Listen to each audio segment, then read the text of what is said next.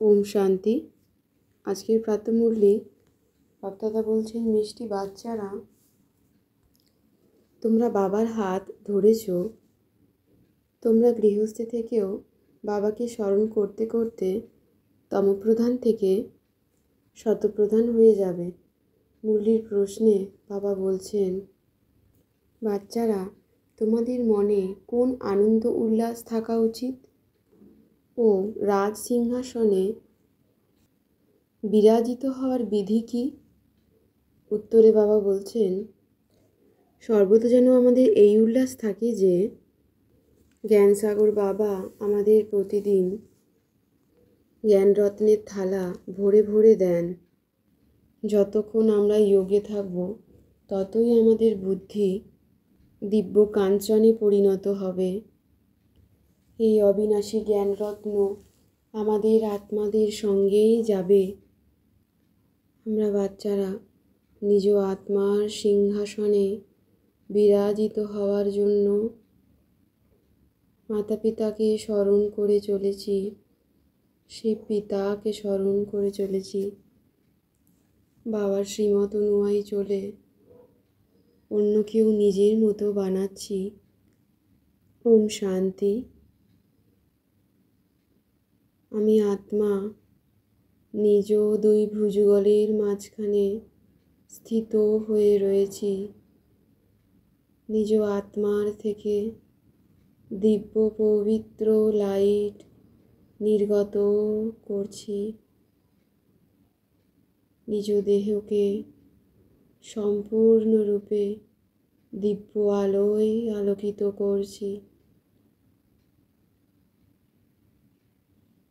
যেন মনে হচ্ছে এ দেহ নেই, সম্পূর্ণ আলোয় পরিণত হয়েছে। আমি আত্মাবিন্দু দুই ভুজগলের মাঝখানে স্থিত হয়ে নিজ আত্মা থেকে ক্রমাগত দিব্য আলোর জ্যোতি নির্গত করে চারিদিকে ছড়িয়ে দিচ্ছি। আশেপাশে সকল পরিবেশ শান্তি, দিব্য আলো, সুখের অনুভব করছে। আমি আত্মার দিব্য আলোর ঊর্জা, যেমন সূর্যের কিরণ আলোকিত হয় চতুর্দিকে, ঠিক তেমনি আমি আত্মা নিজ আত্মার থেকে দিব্য আলোর কিরণ আশেপাশের সমস্ত পরিবেশে ছড়িয়ে দিচ্ছি। বিশ্বব্রহ্মাণ্ডে ছড়িয়ে দিচ্ছি। সকল আত্মা শান্তির অনুভব করছে। আমি আত্মার জন্ম জন্মান্তরের বিকার থেকে মুক্ত হচ্ছি। বাবার শান্তি দূত হয়ে সকল জায়গায় শান্তি ছড়িয়ে দিচ্ছি। নিজ আত্মার দিব্য সকাশের দ্বারা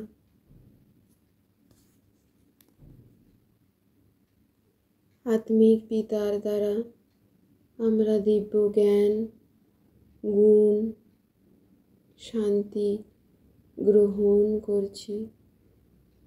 সকল দিব্যতা নিজ আত্মার মধ্যে ধারণ করে চলেছি। আমি আত্মা বিন্দু তারা, দেহ থেকে পৃথক তারা বিন্দু। এই জগৎ সংসারে গৃহস্থে থেকেও কেবল সে পিতার সাথে নিজ আত্মাকে যুক্ত করে রেখেছি। তার সকল দিব্য শান্তি ঊর্জা আমি আত্মার মধ্যে প্রবেশ করছে।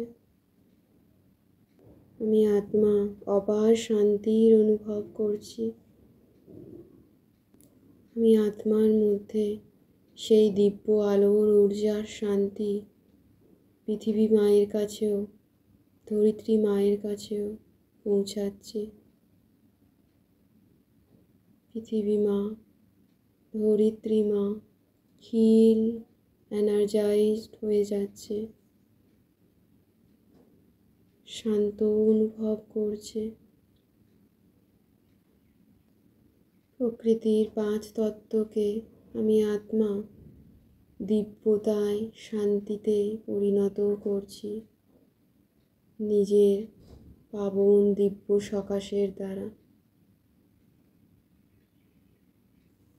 আমরা বাপদাদার আত্মিক সন্তানেরা দিব্য গুণ জ্ঞান ধারণ করে পুরুষার্থ করে চলেছি প্রতিনিয়ত। আমি আত্মার পিতা, কেবলমাত্র শিব পিতাকে স্মরণের দ্বারা তমপ্রধান থেকে শতপ্রধান আত্মায় পরিণত হয়ে গেছি।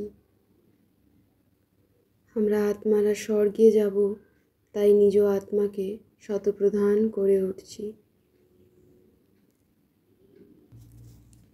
আমরা হলাম শিব পিতার ঈশ্বরীয় পরিবারের সন্তান।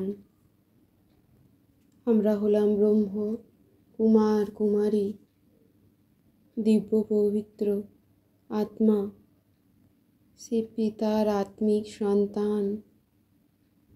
আমরা বাচ্চারা স্বর্গে হীরে জহরত অঢেল প্রাপ্ত করব। বাবা দিব্য জ্ঞানীয় রাজ্য করে আমি আত্মা পাবন আত্মায় পরিণত হচ্ছি।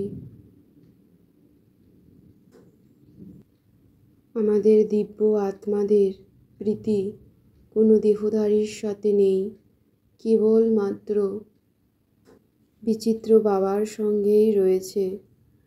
তাই আমি আত্মা নিজ বুদ্ধির যোগ সর্বক্ষণ সেই পিতার সাথে লাগিয়ে চলি। আমরা আত্মারা হলাম অবিনাশী আত্মা। আমরা সকল আত্মারা পরম ধামে যাব। আমাদের আত্মাদের বুদ্ধিতে সম্পূর্ণ সৃষ্টি চক্রের জ্ঞান রয়েছে।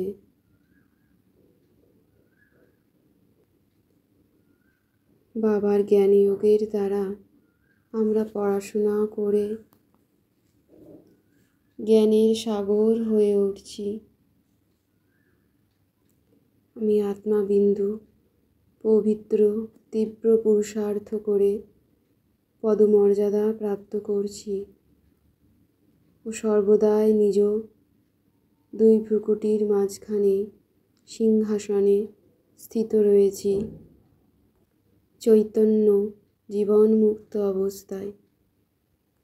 আমরা বাবার কাছে আসি স্বর্গের রাজত্ব নিতে। এই জ্ঞানযোগের দ্বারা আমরা অনেক সুখ প্রাপ্ত করছি ও স্বর্গের রাজ্য গ্রহণ করছি, স্বর্গের রাজত্ব প্রাপ্ত করছি। তাই আমরা ভালো রীতি পড়াশোনা করে তীব্র পুরুষার্থ করে পাশ হয়ে উঠছি। আমরা পরশ বুদ্ধি আত্মারা বাবার শ্রীমত অনুযায়ী চলে পাস উইথ অনার হয়ে উঠছি। আমি আত্মা জ্ঞানের কথা ছাড়া অন্য কথা শুনিও না ও শোনায়ও না। আমি আত্মা তাদের সাথেই সঙ্গ করি যারা জ্ঞানে তীক্ষ্ণ হয়ে বাবার হৃদয়ে স্থান পেয়েছে। আমি আত্মা দেহহীন বিচিত্র শিব পিতার সাথে ভালোবাসা রাখি। সকল কুসঙ্গ ত্যাগ করে কাঁটাদের ফুলে পরিণত করার সেবায় নিজেকে নিয়োজিত করি। এক বাবা, দ্বিতীয় কেউ নয়।